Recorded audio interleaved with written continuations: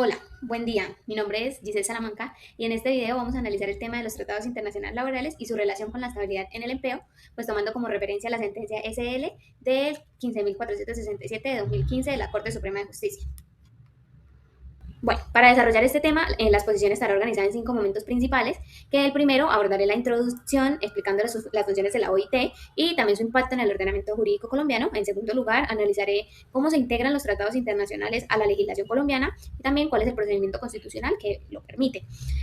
Luego, haré una referencia a los dos convenios más recientes ratificados por Colombia con la OIT y cuál es su impacto jurídico y social.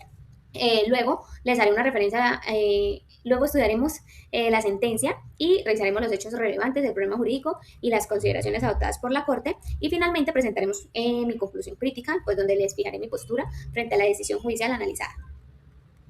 Bueno, para iniciar es súper importante entender qué es la OIT. Bueno, la OIT es la Organización Internacional del Trabajo, que es una agencia de la ONU que se crea en 1919, que su objetivo principal es promover la justicia social y garantizar que el trabajo se desarrolle en condiciones dignas. Algo muy importante es que tiene una estructura tripartita, que es decir, que no solo participan los gobiernos, sino que también empleadores y trabajadores. Eso hace que las decisiones no sean unilaterales, sino construidas desde diálogo social. Bueno, básicamente la OIT busca que el trabajo sea visto como un derecho humano y no simplemente como una relación económica. Tenemos las funciones de la OIT, que la OIT cumple tres funciones principales, que la primera es crear normas internacionales del trabajo, que ya que estas se traducen en convenios y recomendaciones. Cuando un país como Colombia ratifica un convenio, pues ese compromiso se vuelve obligatorio.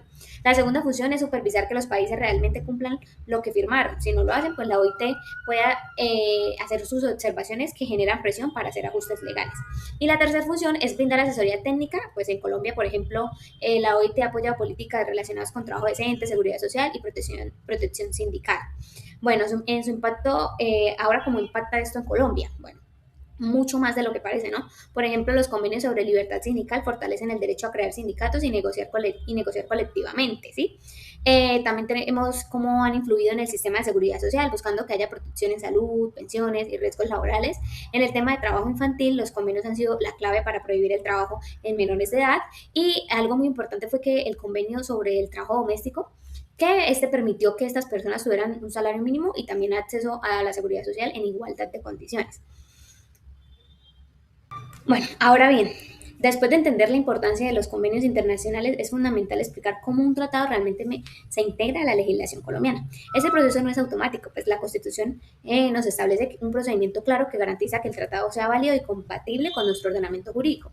Como primero tenemos el gobierno nacional que negocia y firma el tratado, ¿sí? Es decir, que el presidente participa en su celebración como un representante del Estado colombiano. Pero la firma no basta, ¿sí? Tenemos el segundo paso, que es que el tratado pasa al Congreso, donde se expide una ley aprobatoria, ¿sí? En este punto, el Congreso analiza muy bien si el contenido es conveniente para el país. Luego interviene la Corte Constitucional, que ésta realiza pues un control previo y obligatorio, ¿no? Sabemos que la Corte revisa tanto el tratado como la ley aprobatoria, pues para asegurarse de que no contradigan la Constitución. En caso que si encuentran alguna incompatibilidad, pues el tratado no puede entrar en vigencia. Si la Corte Constitucional lo declara, entonces el presidente lo ratifica internacionalmente y finalmente se promulga mediante un decreto en el diario oficial. Solo ahí se convierte en una norma obligatoria dentro del país. Ahora, algo sumamente importante es que cuando se trata de convenios sobre los derechos humanos laborales, como los de la OIT, estos no se quedan como simples leyes, pues según el artículo 93 de la Constitución, entran al bloque de constitucionalidad y eso significa que tienen un rango superior a las leyes ordinarias y pueden ser aplicados directamente por los jueces para proteger los derechos fundamentales. En otras palabras, pues estos tratados no solo complementan la legislación colombiana, sino que también fortalecen la protección del trabajador dentro del Estado Social de Derecho.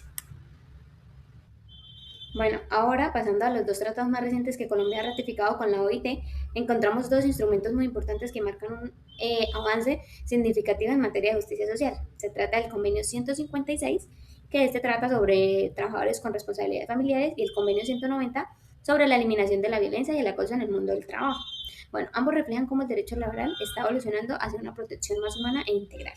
Hablando sobre el Convenio 156 de las responsabilidades, este fue ratificado recientemente por Colombia y busca algo muy concreto. que es que tener las responsabilidades familiares no se convierta en una desventaja laboral. Es decir, que el hecho de cuidar hijos o familiares no afecte el acceso, la permanencia o el acceso en el empleo, ¿sí? Este convenio se conecta con normas internas como las relacionadas con trabajo remoto y teletrabajo, que facilitan la conciliación entre la vida laboral y familiar. Eh, la Corte Constitucional incluso ha señalado que el cuidado no es solo una responsabilidad femenina, sino que también es una función social que debe distribuirse de manera equitativa. Por eso se habla de ajustes razonables por parte de los empleadores.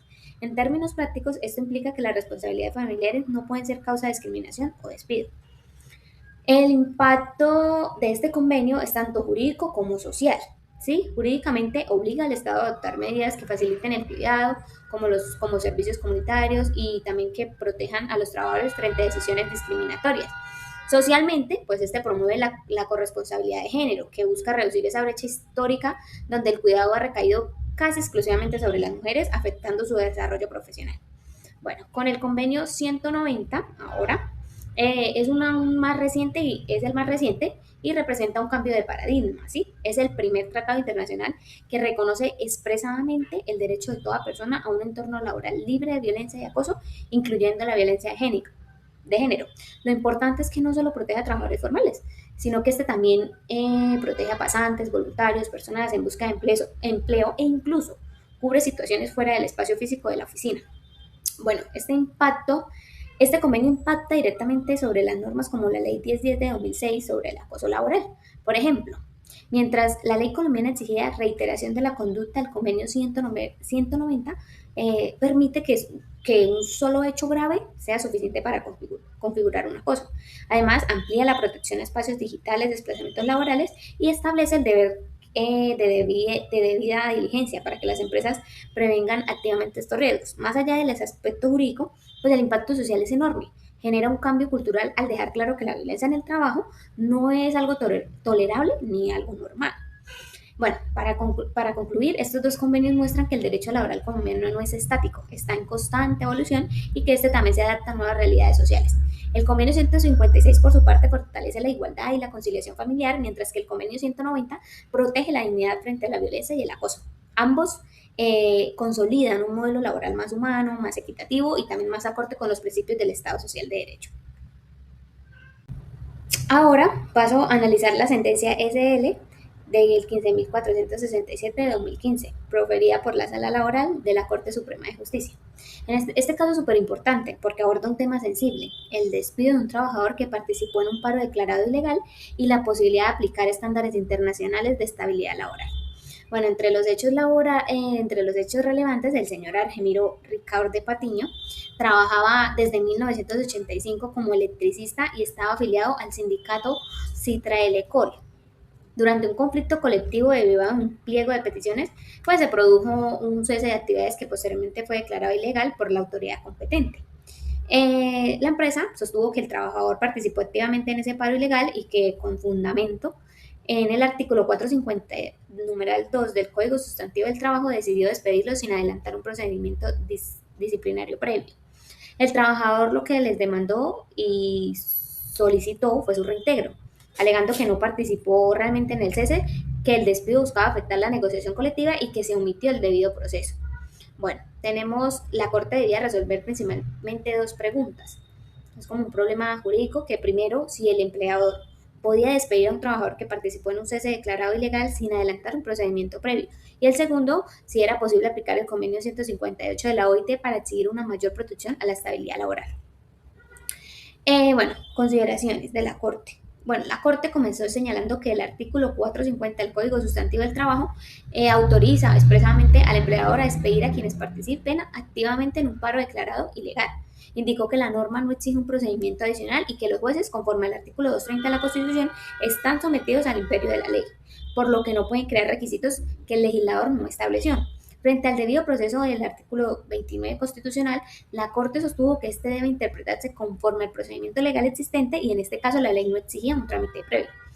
Bueno, Respecto al convenio 158 de la OIT, la Corte negó su aplicación como norma supletoria y también argumentó que no existía vacío normativo interno, ya que el ordenamiento colombiano regula expresamente la ilegalidad del cese, la participación del trabajador y las consecuencias del despido.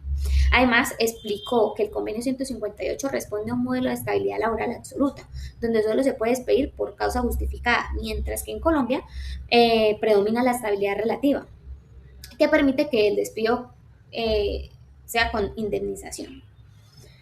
Bueno, finalmente la Corte decidió no casar la sentencia del tribunal.